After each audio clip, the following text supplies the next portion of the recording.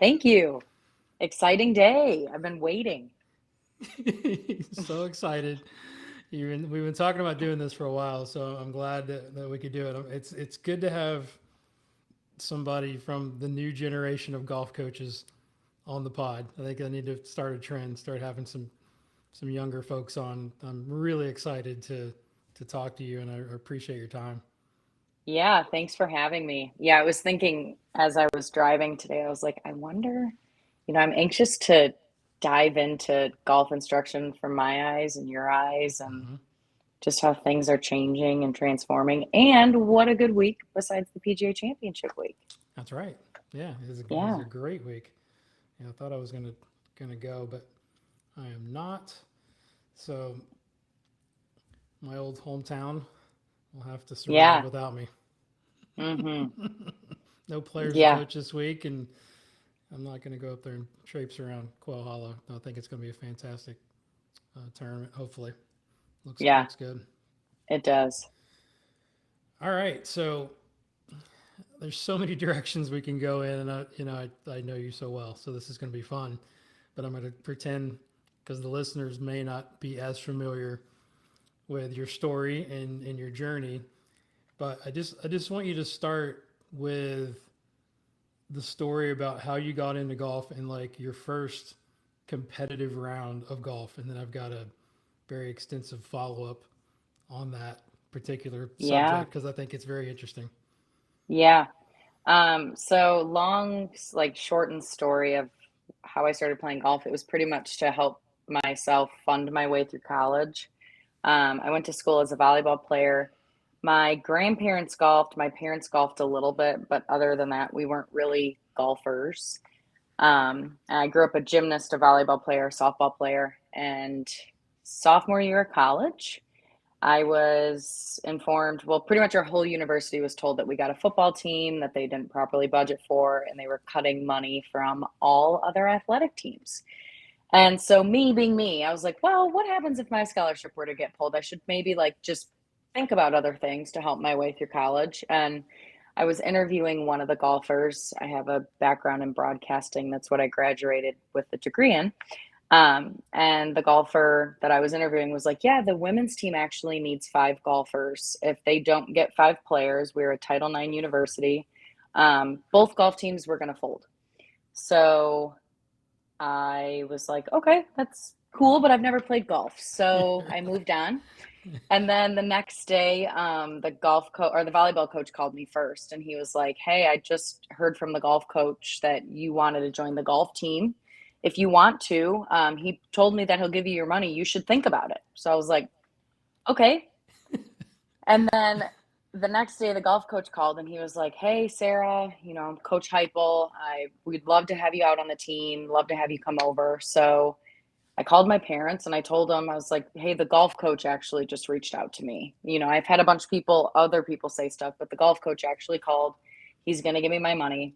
So I'm going to join the team. I just all from the beginning was like, this is a great idea.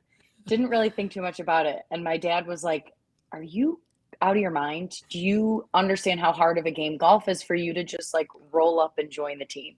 Which I guess I didn't at the time, Sure. but I didn't really see a problem. And so I called the golf coach. The next day, I signed my scholarship over, and practice pretty much begun. So my first time playing 18 holes was in a college tournament.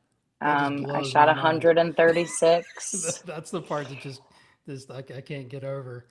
Um, Yep. And it was the that's cutest moment when I finished because, like, everyone couldn't wait to hear about it. My whole team was like, did you have fun? What'd you shoot? How was it? I was like, yeah, it was cool. It was, just topped it all down the yeah. fairway, right? No, actually, see, I didn't. Like, the ball was airborne Okay. and it was decently straight. I had no idea yardages. I was using my mom's clubs, and I'm a decently strong human being. So the clubs were definitely misfit. They were ladies' flex, like second generation Big Berthas. Perfect. Yep. Great. Really Right. good. Oh my Yep. gosh. So, all right. So yeah, I've got a lot. There's a lot to unpack there, right? So Yep. bear with me because I've taken a lot of notes and I was sort of trying to get my head together because I think this could be really helpful for newer golfers out there, right? Hmm. But I mean, this is a coaching podcast, but for us as coaches that coach newer players, it's not a typical scenario where a beginner is going to play in a college tournament for their first time, right? I mean, Yeah. but I'm interested in your mindset, right? Because knowing you like I do, and the listeners will find out kind of why we've spent so much time together. But I feel like your superpower is like your perseverance, incredible self belief, like super driven, but you also have sort of the patience to not get frustrated by failure, Hmm. right? And I just can't imagine like the emotions that you went through after that because you're like, whether you know about golf or not, you're probably know that 136 is not good, right? Yeah. So where does that mindset and where does that drive come from? Um, well, so I think golf worked for me because I was an individual athlete for the 12, I would say, developmental years of my life from 2 to 14. So as a gymnast, you're really taught to work hard. I remember, for example, one day we were on floor and I did a switch leap and I broke my toe. And I was like, to my coach, hey, I just broke my toe. And she's like, all right, put some tape on it and like, let's keep going. Yeah. And so my parents definitely pushed me really hard. And I have a really strong faith. And I knew even though everything felt really uncomfortable and I was really unsure that there was a bigger plan for everything. And there was this weird sense of, I know that I'm where I'm supposed to be right now. Hmm. And as my life has unfolded and, being a coach now, I pinch myself every day with just the opportunity to play golf as a college player. But I think my belief is just really if you are willing to invest yourself, your whole self into things and give it your all, sky is the limit. And I don't plan on stopping anytime soon. So I still don't feel like I've reached that limit and I'm basically going to keep going until I reach whatever that limit is. Yeah, and I mean, and that's my other sort of thought was it wasn't that long ago, right? I mean, you're young. Hmm. Can you still hear me? Yeah. Yeah. Okay, you're Hmm. good. Okay, yeah. Yeah. I just got a error message or something that makes me a little bit nervous. Hopefully that sounds okay. We can edit this Yeah. out. I can It's hear you. good. Okay. Yeah. Pray. All right. So my thoughts were when I heard your story, and I've thought about this ever since we've sort of worked together, is putting yourself in the beginner's mindset of learning something new. Now, clearly, you're a good athlete, gymnast, volleyball player. Like that helps. Like we've worked Hmm. with Hmm. young ladies or young men that have an advantage and they may pick it up quicker, and you picked it up really really quick.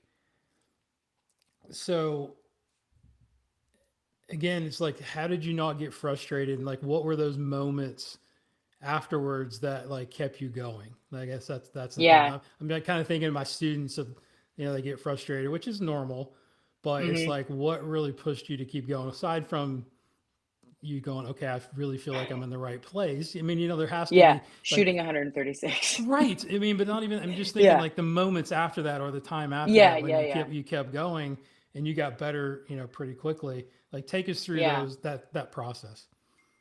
Well, I think one thing that is still, I would say, a strength of mine is it's all in perspective. Like even when I was just starting out, I knew no matter who I was playing with, who I was playing against, it was me versus the golf course, and I was only going to do as good as I could.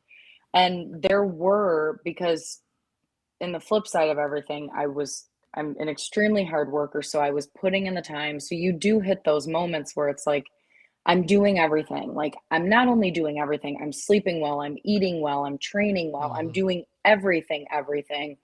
and it's still not happening. Or, you go have that really good round one night and then you go play in a qualifier the night before, and all of a sudden you haven't been in the hundreds in 2 weeks and you shoot 100 and you miss the tournament. So like there was a lot of that, but it was just, I think golf is so funny in that sense that it doesn't give a lot physically, like numbers wise, but Yeah. it's a constant battle of not getting upset even though you're upset. Like, and like you can be so mad, but I learned really quickly I don't do well mad in general. So I just do my best to be like, is this worth getting mad?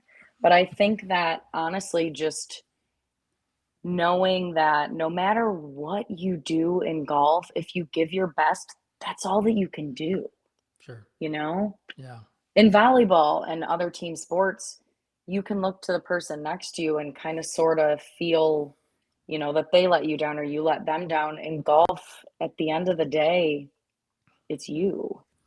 So who helped you in that time frame? Did you have somebody coaching you? Like who was the Hmm. people around you, or maybe your friends or your teammates that sort of kept you going? Or like, I guess Yeah.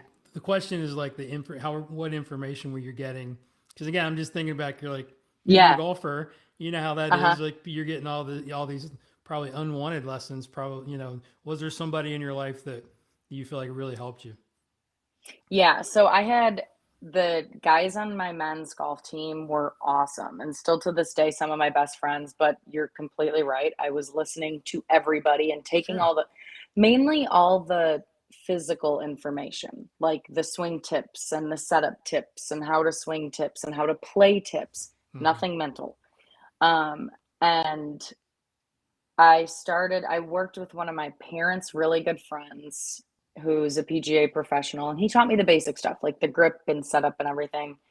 And then one of my college teammates led me to who was my coach all through college. His name's Frank. His last name starts with a G, and it's like this Italian last name that I'm not going to try to pronounce, but he was super patient and super simple with me. And that's trickled into how I teach now. It was one or two things, and take this little thing, go work on it for 2 weeks, send me a couple videos, and then come back and we'll reevaluate that. And that's how I think that. I mean, I would say I have a pretty sound golf swing. It doesn't produce a whole lot of erratic stuff. It has its flaws, but I think working on little pieces with my coach helped me to get. It's decent fast. It wasn't good fast by any means. It was not good. Yeah. And it was a grind. What was the first time you broke 80? How long did it take you? Um, I want to say it was probably a good 4.5, 5 years. Okay, I broke a that's good. hundred quickly. That Mm-hmm. I broke 100 probably in about a year, and then kind of fluctuated in the 90s, and then all of a sudden shot 86. So it was kind of a big jump, but then would Mm-hmm. still kind of hover around the low 90s. It took a while though to break 80. Oh yeah. And it's taken a while to stay under 80 now, I was. like Yeah. it doesn't take much, 8 bad golf swings and all of a sudden you're shooting 80. Oh yeah. Yeah. I just was thinking about like how quickly, because you got. I mean, for most folks, it's progressing pretty fast, Yeah. right? But especially being put under the pressure cooker of actually having to post a score in a college event, regardless of the level of college, that's still crazy. You know You what I mean? can't pick Like, the ball up. right? Exactly. You you can't can't. you can't start crying. You can't like say I'm going to quit. Right? It's like you just kept going. What was your best tournament in college before we kind of get to your career as a professional? Well, so I won a tournament, and that was kind of the day, like on my way home. So I graduated at the height of the pandemic, and I was in media. So fake news was just becoming a thing, and media just got really in. Mm-hmm. And so I was not in love with the broadcasting gig, to be honest. And I remember driving home from the tournament and I was like, it was What it did was you two and a shoot? half years. I think I shot 82. Okay, it was just a one day. It was a 1 day. Oh, okay, Yeah. gotcha. Okay, yeah. But I was driving home from the tournament and I was like, it's only been 2.5 years and you just won a college tournament and you graduate in 2 months. Like, what are we going to do? Yeah. Are we going to get into golf? Is there a thing of getting into golf? Or are we really going to do this broadcasting thing? And it was just like, we're going to get into golf. So that was And the that's decision. honestly, like, I would say so. I walked the walk and, I made it look like I had it all together. Hmm. And then all of a sudden I become a PGA professional and I'm working at a club with guys that shoot under par and there I am. Like, So take us through that. Yeah, don't skip steps. Now I gotta give us some yeah. details. Like who did you talk to? Yeah, yeah, yeah. How did you make a decision on like, okay, I'm gonna get into golf? What does that mean? You know what I mean? Like So, how do I go get an assistant's job or a job at a club to maybe move up to an assistant? So like talk because I mhm, think there's a lot of really interesting stuff in your career that we've talked about prior yeah, to where you are now that I think is very informative to like young coaches out there and young professionals as well. for sure. So, I graduated in 4.5 years, and my half year is when I ended up winning the tournament. And Hmm. I had that summer in between my 4 and my half year. I worked as a broadcaster. I actually ran an entire network called the Junior Golf Network. I worked under the Hurricane Junior Golf Tour. Oh And wow, I didn't basically, I know that would part. travel to their events. Yeah, I Hmm. would travel to their events and cover, they were 3 or 4 days. And I did the whole thing. I wrote it, I videoed it, I edited it, everything start to finish. I broadcasted it. And I remember being there and being like, this is kind of sort of not what I signed up. I did sign up for it, but it wasn't Yeah. what I thought it was going to be. All of a sudden, I'm standing behind a camera and I'm telling other people's stories when I feel like my story's not finished yet. And so I was actually at Disney Orlando, and flip side of Sarah Davis, I grew up going to Disney. I love Disney. And I was working at the Disney golf course and I was like, this is the coolest thing ever. There's Mickey Mouse on the golf course. And so I just walked inside and I was like, hey, are you guys hiring? Like, and this guy, Dion was his name. He was like, have you ever heard about the PGA program? And I hadn't. And he was like, well, you can enroll in the program. You can come on board here. We can hire you. And you become a pro. So I really truthfully did not know much about it. Wow. But I called the PGA of America and asked them all about it, got the information. And then that's kind of when I was like, okay, I have a backup. Like now I don't have to be a broadcaster. I have a way to get into golf. And so I was going to go work in Orlando, Florida, and they were going to pay me, I think it was $10 an hour. And I was just like, it doesn't feel right. Like, first of all, I can't afford to live. So, am Mm-hmm. I really going to do this? And so I called back to the PGA of America Career Consultants, which I still to this day use. Mm-hmm. They're amazing. And if anybody that's listening to this is looking for a new job, reach out to those people because they're so interconnected that the woman that I spoke to, who I actually think she was the career consultant for the South Florida section, and I was Mm-hmm. in Michigan. I wasn't even in any section. And she was like, I know Josh Upson, who is the head pro at Detroit Golf Club, which my parents live in Detroit. I can set you up with him. This is a prestigious club. You can get a great job. And so I got a job at Detroit as a Oh, nice. shop assistant.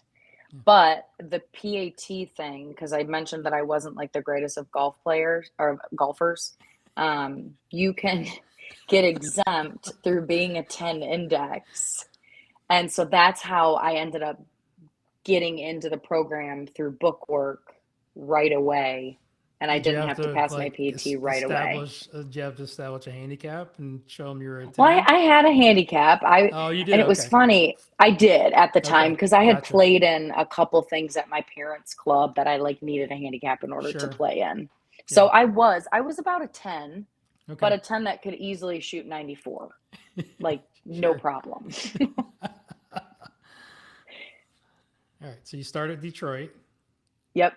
And Okay. then, so you want the whole story now? Yeah, absolutely. I Okay, want to. now things get The fun. yes, So that's I why I want to started hear at it. Detroit, and it was a great opportunity. My boss let me do everything. I mean, we had the Rocket Mortgage there, so I had part in a PGA Tour event. I ran tournaments, I ran the women's programs, I helped with tiny tots. I did a little bit of everything, and it was great because I got to see the whole golf operation, and Hmm. that is a beast of a golf operation to start in. So then from there, it was a summer job, or a seasonal job. I went to Ocean Reef Club. I went to Card Sound, which was in Key Largo, Florida. That's right. Yeah. And that I was honestly probably underqualified and shell shocked because I had never been in that prestigious of an environment or atmosphere in my whole life. But I adjusted and made it work. But realized Key Largo, Florida wasn't really for me. It's an awesome spot, but Yeah. just was a little kind of too young for that. And then I got a job in the mountains of North Carolina through actually a guest of a member at Card Sound that was like, they're hiring a woman. You should go work up there. Hmm. So I did. And from At there, I started giving you can shout it lessons. out. What? Tell them where you're working. Well, now I'm at Cassique in Kiawah. No, no, no. You're Oh, at in Roaring North Carolina. Gap Club. Yes. Okay. Tell them. I was Yeah. at Roaring Gap Club. Yeah. Yeah. Okay. Um, and I was a first assistant, and about 2 months in, everyone wanted golf lessons. And I started pretty much teaching sunrise to sunset. And then from there, I went and worked actually. Wow, this is fun. I haven't gone through this story in a while. No, Um, just with me. yeah, I went back to, I actually, so when I was in Key Largo, I interviewed for a job up in Boynton Beach. And at that time, I started to be fascinated by golf fitness because I had in college, I Olympic lifted and I trained for volleyball and I trained for golf, but I felt confused of like, what should I be doing? How should Right. I be training? I knew what I was doing wasn't right. I was bored. And so I looked up golf exercises on Instagram, just like everybody else does. Mm-hmm. And I found Lifetime Performance in Palm Beach Gardens, Florida. And I just went there to kind of check the gym out and see what they were all about. And I met with Ken McDonald and Jason Trout, who are Ken owns the gym and Jason's his lead trainer. And they took me through the gym and awesome, sweet, like really nice to meet you guys, left. And then started my job up in the mountains. And 2 months in, Ken called me and was like, hey, would you want to come work with us? And sure. So I needed a winter job. And so I took a job as a golf personal trainer. Wow. And so I spent a lot of time in the gym and I worked out a lot. I was a gymnast. There's a lot of fitness that goes into gymnastics. Sure. So I had a lot of knowledge, but I had never trained anyone before. And that job, I truly, to this day, believe changed my life and my career because I learned how important golf fitness is. And not even just golf fitness, but injury prevention and just working on your body correctly for golf. So then from there, I talked to my boss up at Roaring Gap because I was planning on going back there for the summer again. And I asked maybe if we could work something out to where I was just a full-time instructor because now I had this fitness knowledge. There was a gym up there. I could train people in the gym and it worked out and I did. Okay. Um, and so I went up there. It was, I would say the short summary of it, it was an eye-opening experience. Just things didn't go as great as I had expected. There was Hmm. some butting heads there. So I looked for something else. I was truthfully really burned out of being seasonal. I graduated college and instantly got on the road. So I had storage units and I really didn't have a home. And that was hard. I had my parents' home, but I didn't have a home. Yeah. And I I actually applied for a job down in Kiawah, and 2 days later, I interviewed for the job, and a week later, I had the job. And I started here as an But as a, assistant. yeah, I was going to say it was an assistant, right? And that's important Hmm. to mention. Okay, continue. Yeah, so I started here as an assistant, and it was probably 6-ish months in. 2 months in, I was starting to teach. Mm-hmm. And then about 6 months in, I was working two jobs. I was an assistant, and in my off time, I was an instructor. Yeah. And I knew that I was going to burn out really quickly. My life was starting to suffer outside of work, and Mm. that's not at all what Kiawah stands for. And so, again, I took another little bit of a risk, and I went Yeah. to my director of golf and just told him, like, this is kind of what I'm dealing with.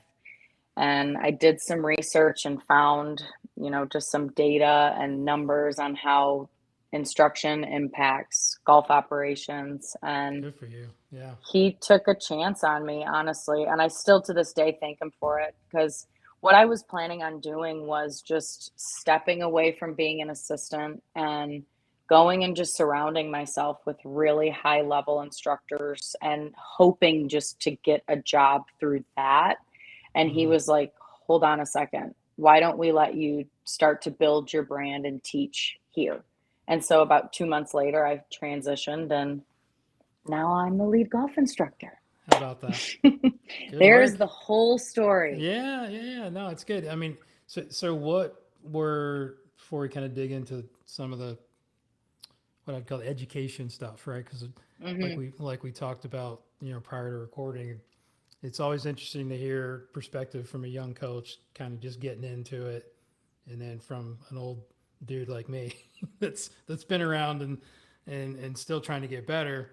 What were the challenges that you were facing as like your assistant's role that was you say was getting burnt out? Was it the hours? Was it, I mean, the people? Like what?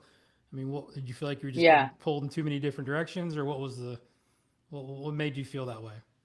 Yeah. Am I frozen? Can you see me I moving? can still see you. Okay, cool. You good? Yeah. Um, so it was mainly the fact that I I was able to teach during my shifts, and it wasn't at all so much the people or the operations, but Mm-hmm. one of the things about me, and I think it's a strength and a weakness both at the same time, and something that I'm currently working through, is I want to be good at everything I do. I'm not good at just letting some area of what I'm doing suffer just so I can be Sure. better Yeah. elsewhere. And I felt like I was just getting to a point where I was being pulled in so many different directions just because of the job that I had accepted. It wasn't anyone else's fault besides mine, that I was just average everywhere. Yeah. And that was driving me crazy, because not only like I'm starting to get lesson demand and these people are counting on me, but I'm letting my teammates down essentially. And I'm just, at the end, it felt like I was letting everybody down, even though I Yeah. may not have been. It was just, I would say I was just being pulled in too many different directions, that it was challenging to be good in my eyes at any of it. Yeah. No, I kind of figured that would be the answer because that was similar to my story when I Hmm. was an assistant and then a head pro. And then when I was a head pro, I had so many other things I was having to do and it was pulling me farther and farther away from teaching. And I think once you probably had an idea that teaching was your passion, you couldn't really work on your craft enough, right? Because you're getting For basically, like you sure. said, I've never heard it being called two jobs at once because that in the old days that was just our job. We worked in Yeah. the Yeah. shop, then Yeah. we would teach in our off hours. But I think that's a great way to put it for now the modern golf professional, modern teaching Hmm. professional is like you want to be the best at what you're passionate about and what brings you joy. And I think that's where you were sort of led. So good for you. Applaud you, like we've talked about. And my boss Eric Schultz has spent some time with you, and I know Hmm. helped you through that as a mentor to sort of present to somebody that got your vision and got your dream. Yeah. And with golf, and I'm sure you experienced this in your journey, the opportunities are endless. And there's, I mean, a million golf courses out there all over the world. And I just started to realize that I was willing to go small and just learn and grow as an instructor. But when I'm out doing pace and checking people in and then flying in to give a lesson and then flying out, it's like it was just like you said, I wasn't able to focus on my craft enough. Sure. And I'm sure you got to a similar point as that Oh as yeah. well. Yeah, and I was miserable. I mean, I was literally, wanting to. Oh, I love. You kind of go through your day, and you're like, what really makes us happy during the day? And Mhm. I was always the happiest when I was giving lessons or working with people, and not as happy when I was folding shirts, running golf tournaments, and and checking on pace of play, right? So it's Uh, it's just like being self aware, which I think you're one of the most self aware young adults that I've ever met and been able to spend time with, because it's not, a lot of people aren't. So yeah, that's definitely a compliment to thank you. you. I credit that back to gymnastics, I swear. So how, yeah, that's a good topic there. Is like, well, how do you feel like that background, and then we can go into your fitness, and I got questions about like how did you learn how to train golfers, right? That Yeah. quickly. Yeah. How do you think that part of your background helps you now with being a coach? I think gymnastics just breeds athletes. Like if you look at gymnasts, they're just wicked athletes. And I would say all of my sports, like being a even and so when I was in college, once I joined the golf team, I balanced both golf and volleyball. I played Hmm. both. I didn't step away from volleyball because I Gotcha. still loved volleyball. But I think truthfully, I really developed in my 4 years of college just from learning how to balance so much. When I joined the golf team, I was in the middle of taking 17 credit hours and working two Whoa, jobs and playing two sports. that's insane. And so I would just say that, and then doing things when you're uncomfortable. And gymnastics is, all of a sudden you show up to practice and your coach is like, hey, we're going to climb the rope today. And you're like, you mean we're going to climb that rope up to the ceiling? And she's like, yeah, get in line. Here we go. So you just learn to do things when you're uncomfortable. And then when you get done, you're like, that wasn't that bad. And I think that's, again, I mean, I'm a big thing about me is I'd rather be told no.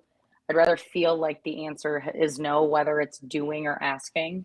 Mm, And I'm willing to try until no hits me in the face. I love it. So who's been sort of your influences in golf now as you're starting to learn more and more about it? And if you're comfortable talking about our relationship, that's fine. But and I have some piggyback questions on that. But like, coming up, like the big question for young coaches is like, where are you getting your information, right? What's been the most Hmm. helpful, and sort of becoming a better teacher or coach. Yeah. Um, so I'd say there's a couple answers for that. One, shadowing instructors has really helped me, whether it's someone that I necessarily like believed in their philosophies or just and your random instructor that's giving a lesson on the range. I think you pick up on ways to say things. Mm-hmm. Um, so I would say through shadowing countless people, I love all of the Mike Adams stuff and just how in his like way of not everybody swings the golf club the same. There's not only one way to swing a golf club. Um, we're all a bunch of different shapes and sizes, and that alone makes us swing the golf club differently. And I would say so my teaching and my playing have kind of transformed together. Mm-hmm. I learn through doing. And so part of me learning to teach happened through me learning to play. Sure. And it took a lot of different people and different steps from, my first ever golf coach who taught me how to grip the club and set up to when I was in South Florida. I was at a point where, like I mentioned earlier, that I could easily go shoot 94. And that was the case up until about 2 years ago. And I was just unpolished. And I knew that, like, ground forces and how I was using the ground and how I was using my lower body was incorrect. And so I started working with Michael Robinson, who is at PGA Estates course down in South Florida. And he was kind of who you are to me. He was my coach, but he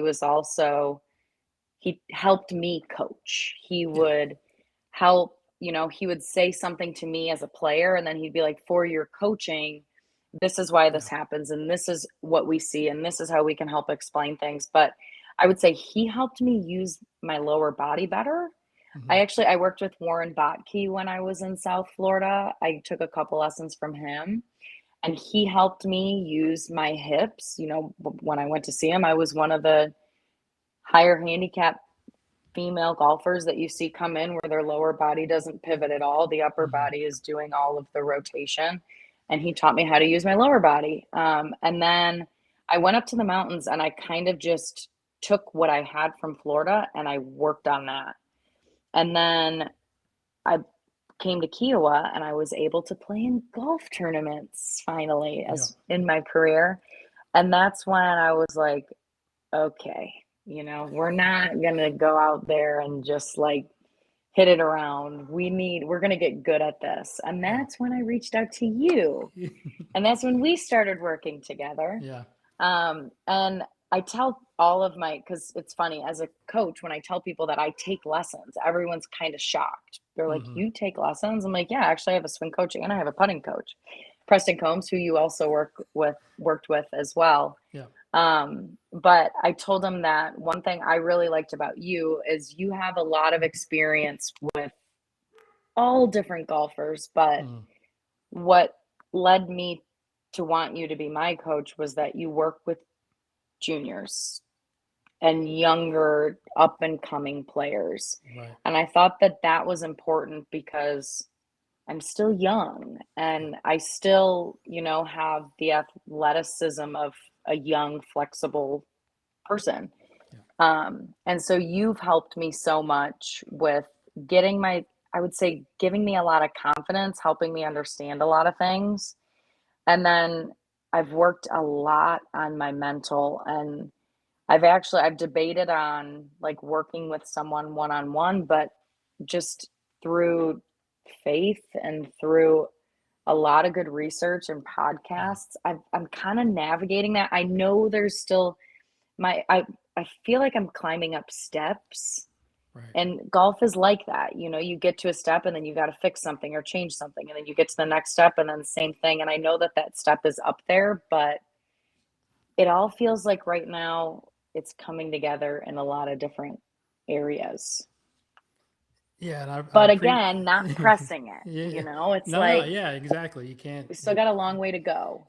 Yeah. But you. That's why I think your mindset is probably a bit more golf mature than Hmm. most that have been playing as little as of time as you've been playing. But obviously, like the first time I met you, talking to Eric, and he was just like, what do you think? I'm like, she is an absolute like go getter. Like, what I mean? I could just feel that energy, which I love. Like that's the players that I love to coach.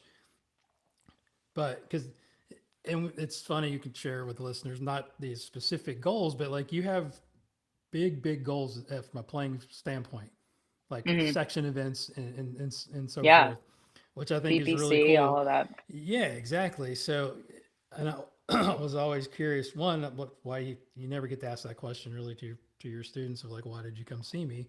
So I appreciate that. But also, as we're working together, I do try to talk to you sort of one side of my mouth as a player and then the other side of my mouth as a teacher, right? So I sort of like that's just the way I operate, anyways, because I get a lot of shadows that come and they want to take Hmm. a lesson, which I think is fantastic way to get better as a teacher and also For to help your sure. game, right? So you're kind of doing the, and I, back when I was younger and I was playing section tournaments or whatever, I would have probably done a better job of that if I would have had the opportunity. So it's really cool that you're sort of trying to be really good at both. So I was curious, Yeah. like how much like teaching information that you would, that you're taking back to your lesson tee from based on our lessons. Well, you were the person that taught me why we shank a golf ball. Yeah, it's That's a important. good story, by the That's, way. yeah, please. So I had a career low 2 days before we had a lesson set up, and I shot 68 in a tournament, which was really cool. And so I'm driving down to Hilton Head, and here we go, all is well. And I get in your bay and I start shanking the golf ball. Yeah, And it was like, there was, I'm not talking one or two of them, there was probably 10 to 15 of them. And I remember it was like, okay, there's, like, it's funny because even when it happens, and I realize this as an instructor and as my own golf swing producing it, it doesn't look that bad. It's like sure. it's that much off, and you're just so happening to hit the heel. So we like Yeah, kind of dabbled between like, all right, the pressure, and then you're like, do you know why you shanked the golf ball? I was like, please tell me. You're like the handle, the heel, the handle, the grip gets closer to the golf ball, and so the heel gets closer to the golf ball. So try to keep the handle closer to you. And I swear to this day, that swing thought is always there. And the reason is, so again, dealing or diving into the mental side of golf, um, we go through like spurts and like almost what's similar to little bits of PTSD. And I think that to my advantage, I don't have a lot of it because I was just so accepting through the time that I was sure. really bad. But I had probably 4 solid golf tournaments that I shanked the ball around the golf course, Mm, like for the whole 18 holes. And so that shot, there is a little PTSD. And so to sure. like learn about it and realize how to fix it, and I think not only that, but from you kind of being that way with me, I find myself even with my students who aren't instructors, like, do you understand why that happens? Yeah, Let's talk about why that happens and let's really understand it together. So when it happens, you know why. You don't just freak out and not know why and then go do it for 7 or 8 more holes. You can actually change it. yeah. The why is definitely important. Huge. I think for most. I mean, not everybody needs it, but I think for the most part, I I think it's important from Hmm. both sides, the teacher and the player. Yeah. So it was interesting. I'm not really sure how to go with this, but as far as like what we've done with your swing, because Hmm. I was actually I was mentoring another guy on the phone. It's been several months ago. It was probably after maybe our third lesson or something. Uh-huh. And I was talking about how we sort of pivoted from the takeaway to working on your body. And like, but that Hmm. was me. So to kind of give the listeners, I mean, they've probably seen your swing on Instagram because you hit a lot of shots. Great I hit a follow. lot of golf balls. Yeah, yeah. But I mean, like on Instagram with doing your tips, right? Yeah. So, the Yeah, first yeah, thing you notice with Sarah's swing is the club goes a little bit inside going back. yeah. Hmm. And um, from my perspective in our initial conversation, you were hitting kind of push hooks and pushes, Hmm. and the low point was pretty inconsistent, if not like slightly behind the ball, right? So as a team, we sort of decided, yeah, we've got to figure out how we start to move low point forward. So me going through my Yeah. teacher brain, I'm like, well, we got to fix the takeaway. So we Hmm. grinded on that takeaway for a long time. Um, and then you came back the next time and you were hitting it much better, but the takeaway hadn't changed that much. Right? So it was kind of one of those Yes. situations. This is a good learning moment from a teacher, I think, and a Yes. player. It was like, okay, that's cool. And you were grinding your butt off to get it Yeah. I right? And I mean, know, grinding. yeah, and I know how hard you work at the changes, and I'm like, if it was supposed to be changed, it would It have would changed have. by now. And I said, that's fine. Plenty of people Hmm. get in that position. We can still work around it. Then we started working on a lot of pivot stuff and ground reaction stuff that really kind of cleaned everything up that we were trying to get to. But it's just not being hard headed 10, 15 years ago to be like, no, you've got to, the club can't be there or whatever. And uh, Yeah. I just said, no, Well, let's I move on. think that truthfully is like, in all honesty, is what made me stick with you Hmm. because I was like, not that I was doubting what we were doing at all, but we had one lesson and then I think I had tournament season like for the club happen. So it was like I Mm-hmm. didn't see you for it was almost 2 months when Right. we were seeing each other like monthly. And I was like, I don't know. Yeah. It just doesn't like I was almost borderline discouraged to where I was like, well, great. Is this going to just be another one of those things? Like I had a grip change pushed on me a while ago that Yeah. I eventually had to be like, it doesn't work. I don't feel comfortable. I can't take the club back. And that coach was like, you need to fix that. It's never going to work that Yeah. way. And when you were like, it's just going to be part of your golf swing, it's Yeah. just part of your DNA, Yeah. but let's That's make exactly it. other things better. Yeah. And that's what we've continued to do. And Mm-hmm. since then, I think that that's allowed me to, I mean, the club going a little bit too far inside on the way back is typically going to produce a right to left ball flight. And Maybe, maybe not. Yeah, it's like, and that's the thing. It's like there's so many variables in the golf in the patterns that people use. And I was actually just mhm, thinking about it driving home from work today, and I was like, I wanted to tell that story because I think it's valuable for coaches out there, and also from a player's perspective, which is super cool. But I mean, that position doesn't tell you that anything's going to happen. You know what I'm saying? yeah, Like, it's I true. mean, Yeah. there's plenty of guys like Fitzpatrick, and there's John Rahm or whoever you want to point out that gets club loaded inside. Doesn't mean the Hmm. club's going to come down a certain way. It's just how I sort of put things together in the pieces in my head. And when it wasn't producing the outcomes and the changes that I wanted to see, then I was like, okay, let's move on, right? It's like, Yeah. and you were happy to hear that, which was good to hear. You didn't fire me after two That's lessons. why we're here. Yeah, no, it's all good. But I mean, that's it. That Yeah. 100%, and that's where you got to get feedback from your player too, because you were like, I just don't think I can do this. I'm like, cool. Yeah. We can work around this. Like that's just going to be your Yeah. fingerprint, and that's fine. And Yeah. you're strong and you're flexible and athletic. I'm like, I knew we could, figure out how to make your body move better. So Yeah. very, very, very good. Yeah. So And what? then Yeah, I've go ahead. so we worked a lot on pressure too, which is kind of like my recent, and I think, and this is a very broad statement, it might not be this broad, but I think it's kind of the world of golf's fascination is how we use the ground and Hmm. how to use the ground better and how to use it more, not consistently, but to produce more consistent results.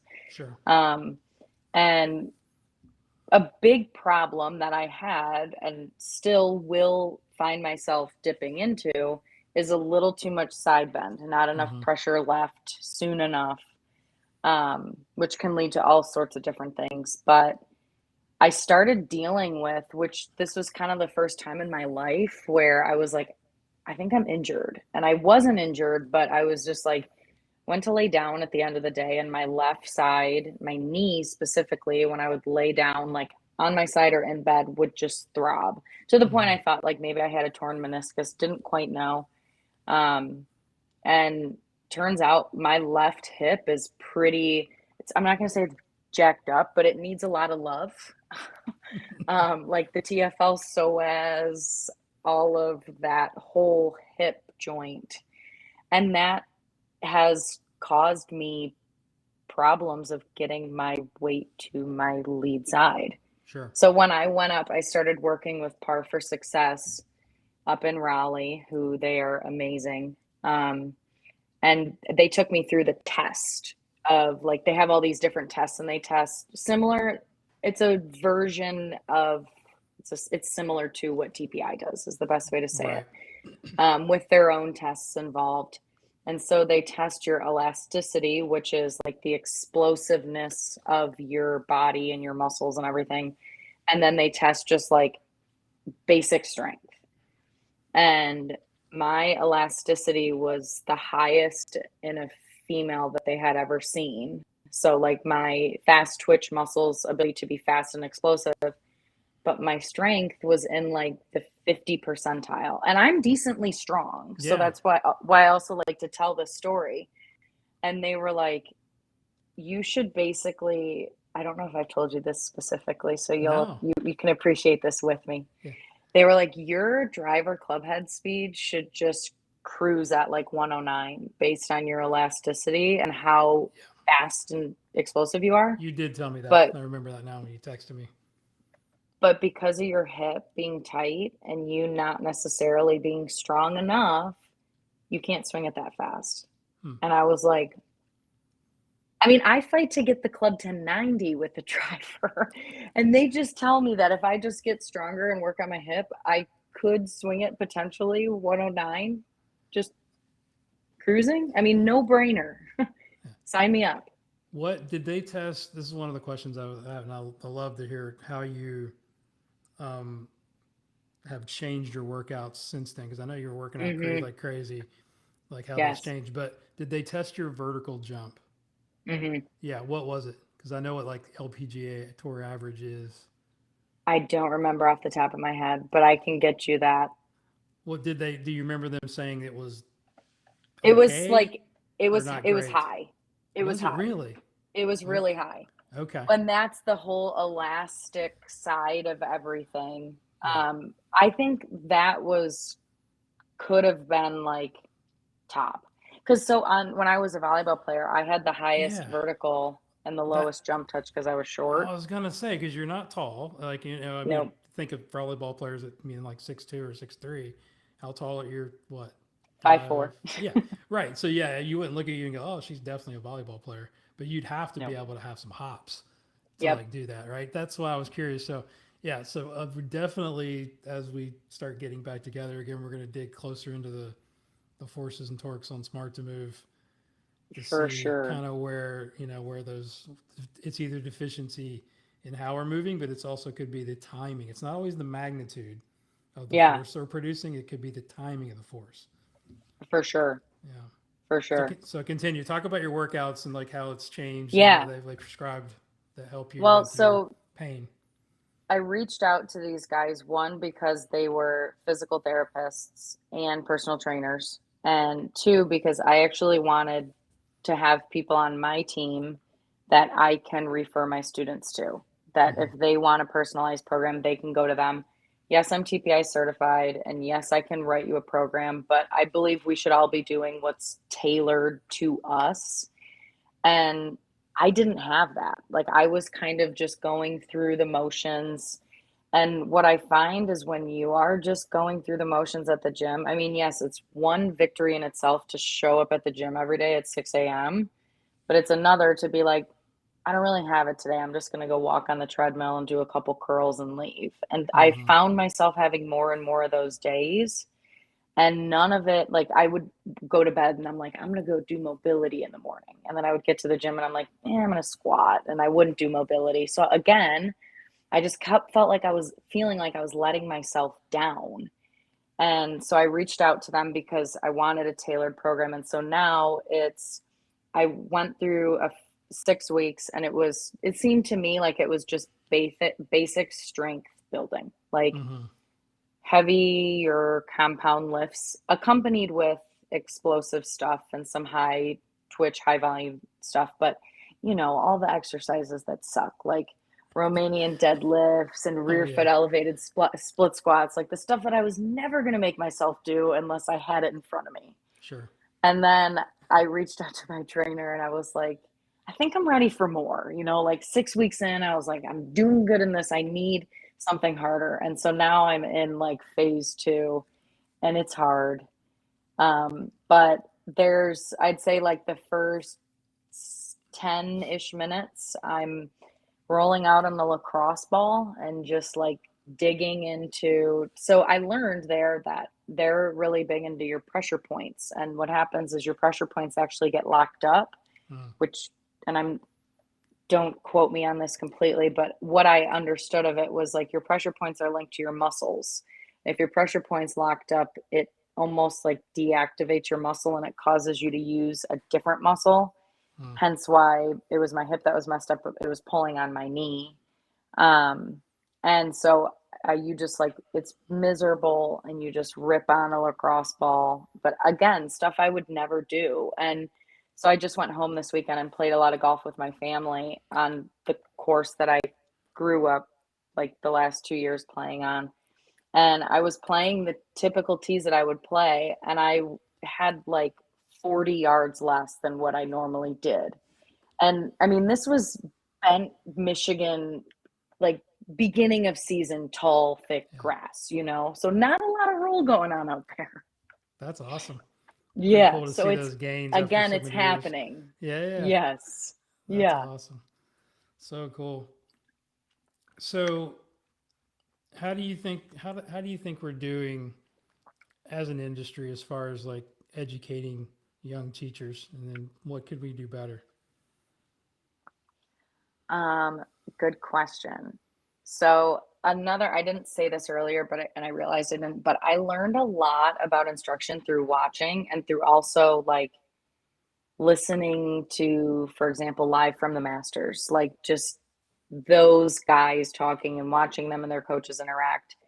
I think that we could be better. I know that Yeah, there are teachers out there that don't want to share their secrets, but there's a most are willing to because we yeah, all want each other to do better. If the industry benefits, we all benefit. Um, I think that there is so almost, I don't want to say too much knowledge out there, but there's a lot of knowledge out there. yeah, And so we always could be better because there's so much information and there's so many great people. But one thing that's also tough is we're all spread out all over the world. mm, And so, like, if it was up to me, all of the best instructors in the world would all get together and we could all just go and listen to them all just talk and pick apart golf swings and talk about how they've learned. But I do think there are a lot of different sources out there. There's the PGA, there's TPI, which TPI, mm-hmm. I believe that everybody should go through that certification and learn just simply how people move and how poorly people move and how important it is to be able just to move somewhat decent in order to hit Yeah. good golf shots. What other any other certifications that you have? I just became Class A. I have TPI level 1, and then I just enrolled for the LPGA. Mm-hmm. So I'll do that, and then I plan on doing TPI 2 and 3. I want to go out to Titleist and actually, again, do a whole screen, like get hooked up to all their cool equipment out there and see Yeah, what those guys say. yeah. I didn't know if you had any other like certificates, like swing or short game or mental Mm-mm. stuff. That so what are some out there that look interesting to you that you've seen that you say, hey, I want to put that Well, on my so this list? I actually think is a good question for you. What would you advise young up and coming instructors to do if we don't have, like, what certifications would you say everybody should do? Yeah, I mean, shadowing obviously is a no brainer. I mean, it's like save up as much money as you can, or figure out who you want to go see and try to make that happen. First certifications, the one, and this is there's, I mean, I got so many, but the latest ones I would say one would be short game. James Ridyard's certification is the best, I think, short game wise, not even close. Wedge matrix, Interesting. yeah. And then full swing, I've probably just me personally because I sort of grew up with the golf machine and knew some of the terminology, but Scott Calx's program is off the charts good for full swing and understanding all of that, like how the body moves, how the different patterns are put together. I mean, I had him at Carmel when I was at Carmel come and do a certification. But I mean, he's at, I don't know, level 12 now or something, 12.0. But I mean, and he was doing them like through COVID, he was doing them online. Like they were all, on Zoom. But if you can, I'm gonna try to get him Okay. down. I'm gonna try to get him down to Low Country. We've been talking. Maybe I'll try to Oh, get him yay. down in the fall, and then you could come and do it, and I'll get a bunch of people in this Yeah, area that'd be to great. come do it. But he's so good.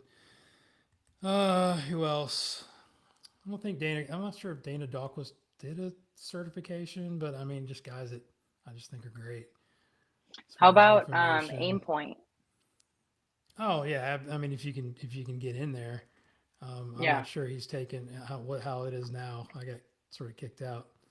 It's another story, but yeah, I was with Aimpoint from the beginning, and we used to use the flip charts, and so that's, I mean, fantastic.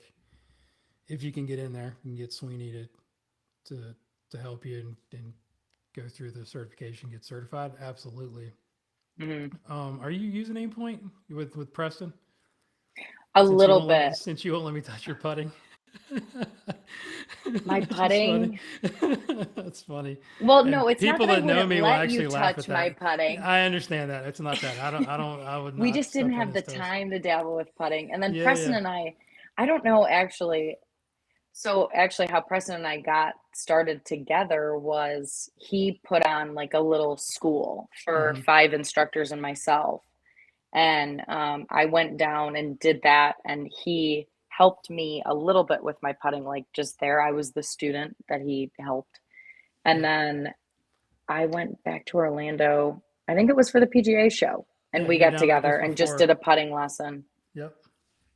No, he's Yeah, great. so it's not Yeah. that I wasn't letting you touch my I putting. understand. And It's Preston knows we're like great friends, so yeah. it's all for fun. But no, But so like yeah. we were going to, but I went and took a 3-hour putting lesson with him, and we talked a lot about technique. And biggest thing that I was dealing with was like my stroke was pretty good, and there was a lot of consistency in the we use Sam Putt Lab, and he has a Mm-hmm. bunch of other Yeah, I've been to his equipment. garage. Yeah, so you Yeah, know the stuff that he yeah, uses better than I would. yeah. It's really good. But He's the got the biggest thing that we Zen saw stage. was, yeah, Mm. so cool, Mm-hmm. was the face variability in my putting. Like it was on Sam, and I don't know the 4 metrics that he had up, but it was like 89%, 86%, 87%, and then 12%. Mm-hmm. And the 12% was really sad. It was red. And that's how much my face was moving Yeah, it's through probably the face impact. Like, rotation screen. yeah. Yeah. And I was just like hooking my putts.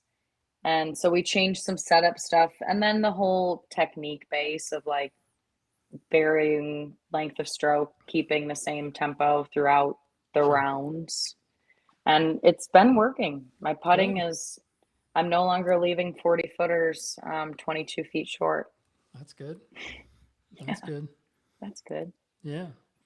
I'm trying to think any other certification. I mean, those are the two that I kind of shout out. I'm sure I'm leaving somebody out. I But would like to do Erica Larkin. She has True Swing, I uh-huh. believe the name. It's Mm-hmm. new. Yeah. And I had talked to her previously about doing it. I haven't.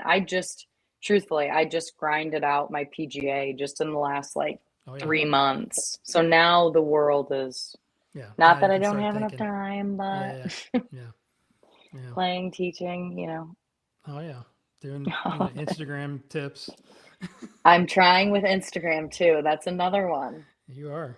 You're killing it. I'm You're trying you're putting out a lot of content.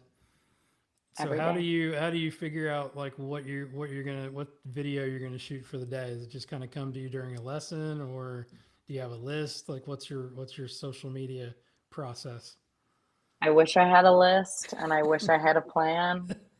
But again, there's no profit being generated for it right now, so it only gets so much attention. Yeah. But it's funny, like, and you see this too, I'm sure, and I'm sure all coaches see this is like, say you give 7 lessons in one day.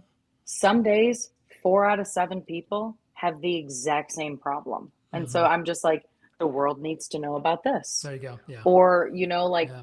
you have that light bulb moment where you figure out how to say something and then you use that. But I've learned the world of Instagram and golf instruction, they want quick 7-second things. It's not Yeah. like I was doing a lot of talking and explaining.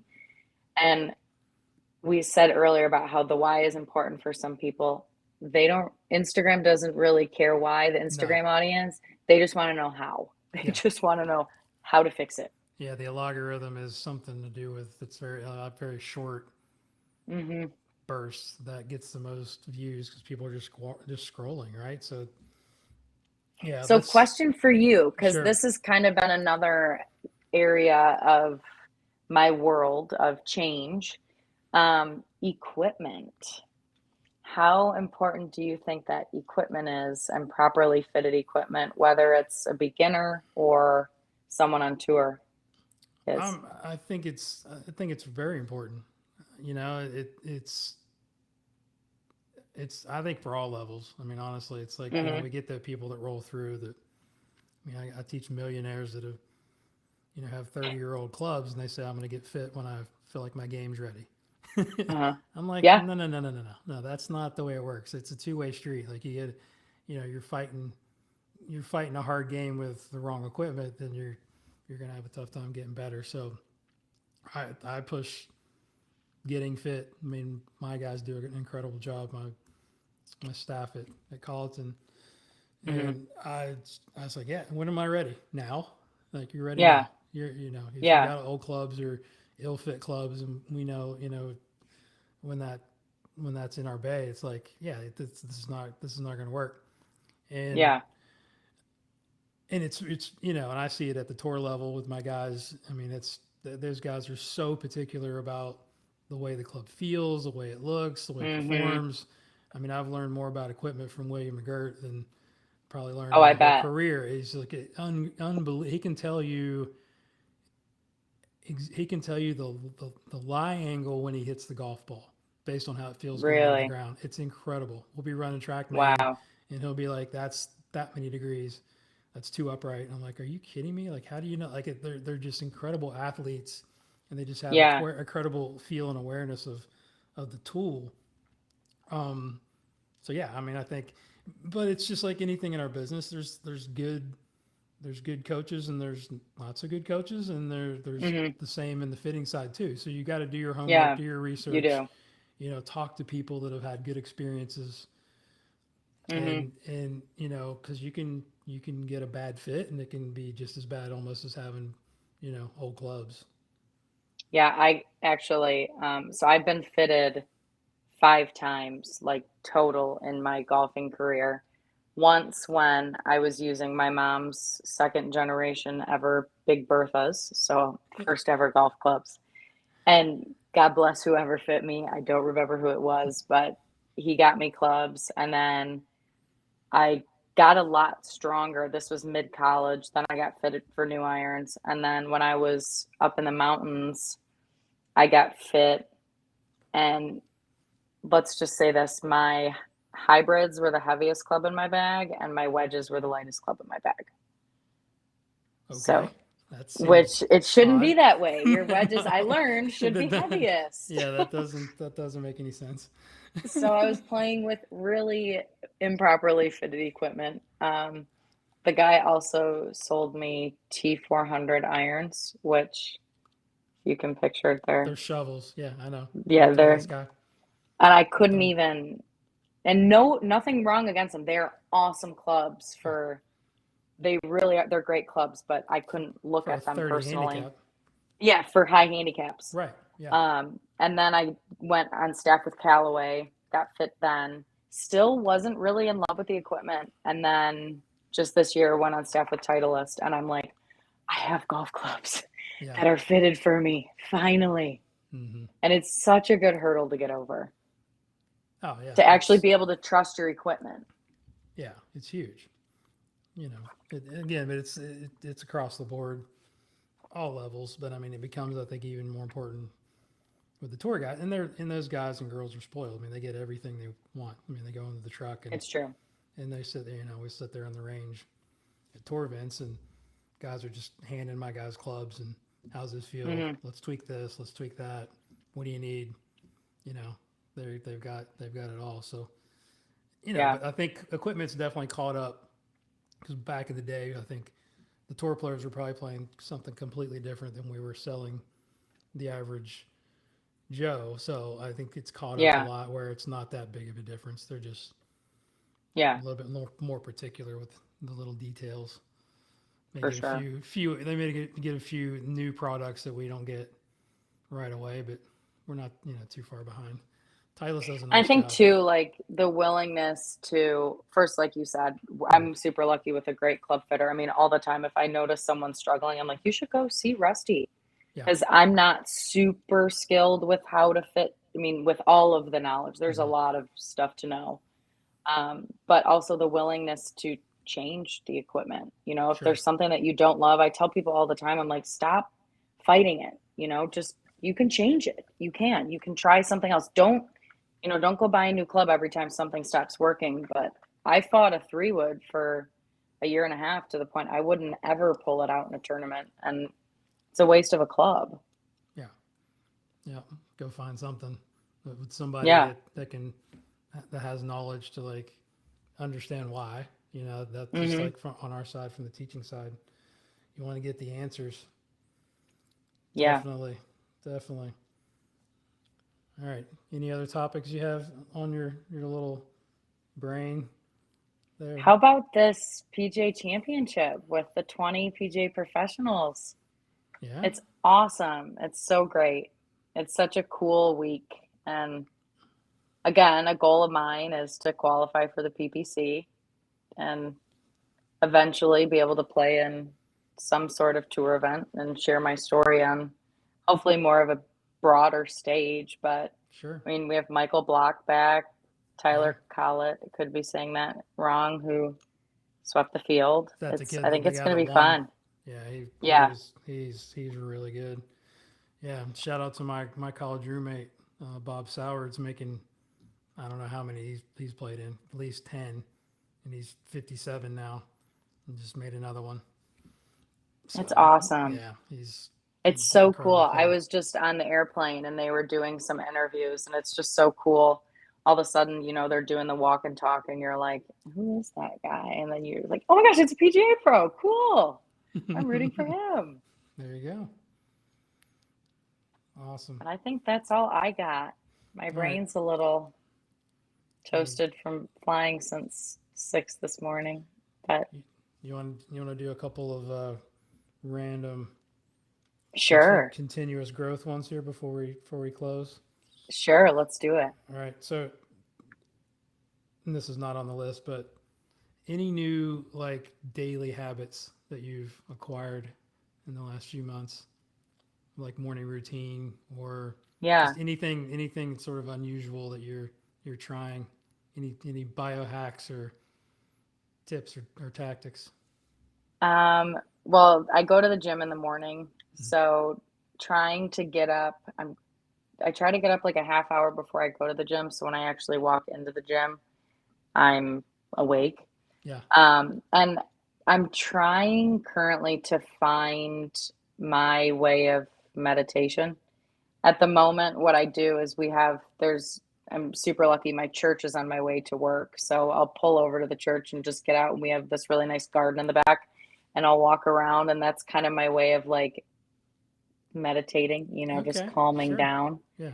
Um, No guided guidance or like an app or anything. You just kind of just get along with just yourself. kind of myself. I Yeah. do listen to a lot of different podcasts and stuff, and I go to church weekly, Mm-hmm. but just kind of trying. I think a lot of meditation, at least my translation of it, is just trying to slow your brain down Sure. as best as you can. So trying to do that. I like it. How about you? Do you have any? Yeah, I'm into. You have to listen to the last or two podcasts ago, I guess. Mhm. With Bilotti. I'm into cold plunging. Oh, awesome. Yeah. So since I haven't been able to run because of my knee's still Uh-huh. a little bit bulky, I'm going to go and get an MRI on it. So I've just been hitting the gym hard, just upper body strength, and stuff. So I actually got a little Nice little bicep going on. put a little muscle on. So I was just trying to like think about things to decrease inflammation and Good. just stuff like that. And I'm addicted to cold plunging. So I got a full setup in my back on my back porch now with a full Good. cold plunge, and I got a chiller, and so I'm at day 70. Today was day 70 in a row. That's how I Good for you. start my morning. I'm down to like it's usually around Morning. 38 to 40 degrees at 2.5 to 3 minutes. It's not fun. That it's is harder than going to the gym at 5:30 in the it's morning. insane. So interesting. Wow. Did I see you post something? This is a little off topic, but about Dr. Pryor. Do you listen to Dr. Pryor at all? Raymond Pryor? Yes. Yeah. Yes. So I was listening. The He's stable confidence. Is that what you're talking uh about? no, his podcast.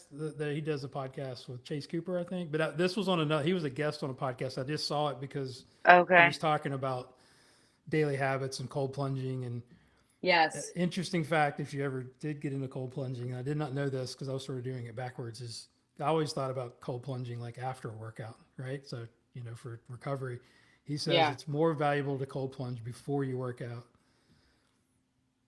I'll send you the podcast. Interesting. Yeah, he talked about meditation, mindfulness, cold plunging, and there's a couple other sleep. Sleep was a really big one. Sleep is huge. I'll send you. Yeah, and I've been working on that too. I got to. I've had my Whoop forever, but like figuring out how much you need and how to get better quality sleep and stuff like that. So yeah, Yeah. that's been, and I'm not like I've never been a big lifter. I mean, I did a lot over COVID because I Yeah. had like a gym in my house that I put together, Hmm. and that was again my knee was a little bit banged up, but I've always been running and I've always been leaner. So I'm like right now I'm just like bigger, heavier, whatever, Yeah. and then I'm gonna get, but I got to get stronger anyways for all parts of my Yeah. life.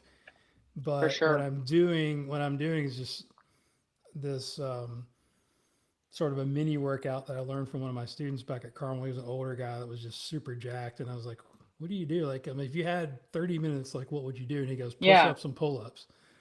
And he So goes, good.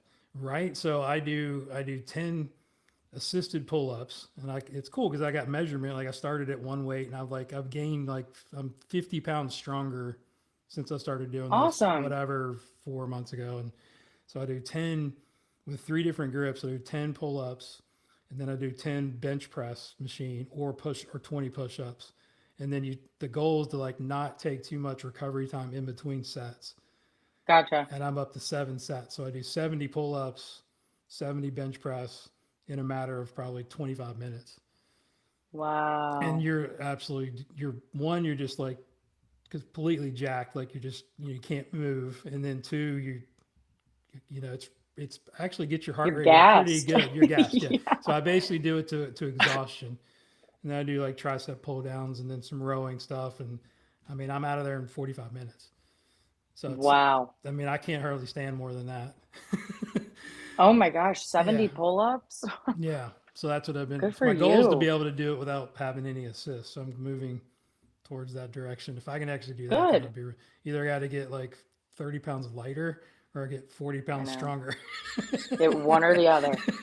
The lighter is usually the easier way to go Yeah, because then you're pulling less weight, but exactly. So that's both are the good. next step. Yeah, would be is gotta lose some weight, but figured if I'm gonna have this around my waist, I better get bigger up here. Yeah. Yeah. Yeah. So, anyways, yeah. So that's kind of my new daily, Good. That's awesome. weekly habit.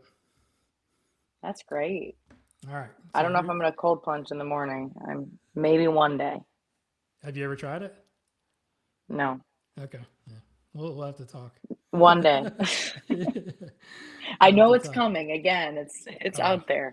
it's crazy. So, what is an unusual habit or absurd thing that you love? Disney Something World. nobody something. Oh, come on. Something. What's your Golden favorite character? Retrievers.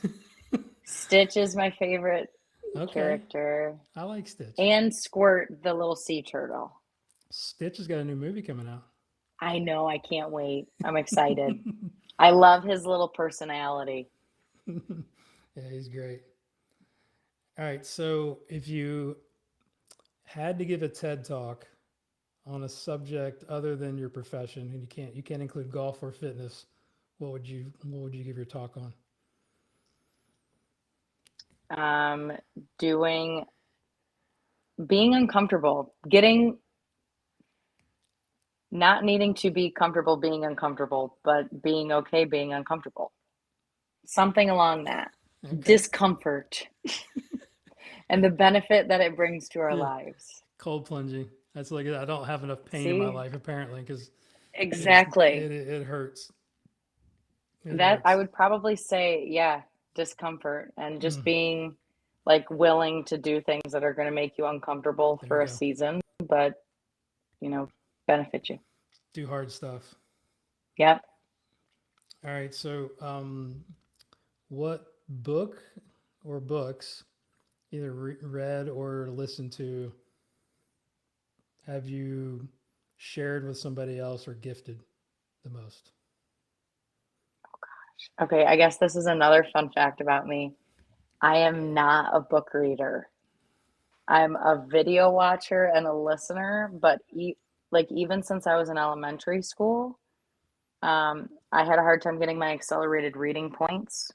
So I'm not a book reader, but I would What say The Secret is a really good book.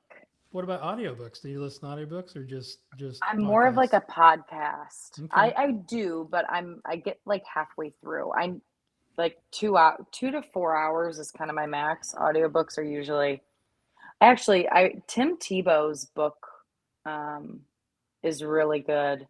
Okay. I listen to just a lot of the best way to say what I would listen to if it was a book or if I were to gift books is it's self like how to build a better version of you type stuff. Yeah. Personal growth stuff. Hmm. Yeah. What give me a couple of your favorite podcasts, like maybe golf and then non-golf related. What are your personal development podcasts you listen to? Well, not really personal development, but I like the Smiley Show. I like just kind of getting up to date on stuff like PGA The Tour tour related. stuff. Yeah.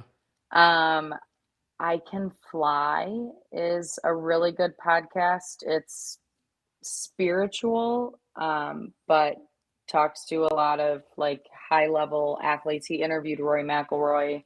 You just get a lot of different perspectives from different coaches and players. But I kind of jump around in terms of podcasts. Like I'm not super loyal to a specific show or a Mm-hmm. specific thing. It's more or less like what I'm in search of. I found Stable Confidence, which was really good. It's about perspective and how we need to be on time is a word that they use for golf, which I love. And it's Mm-hmm.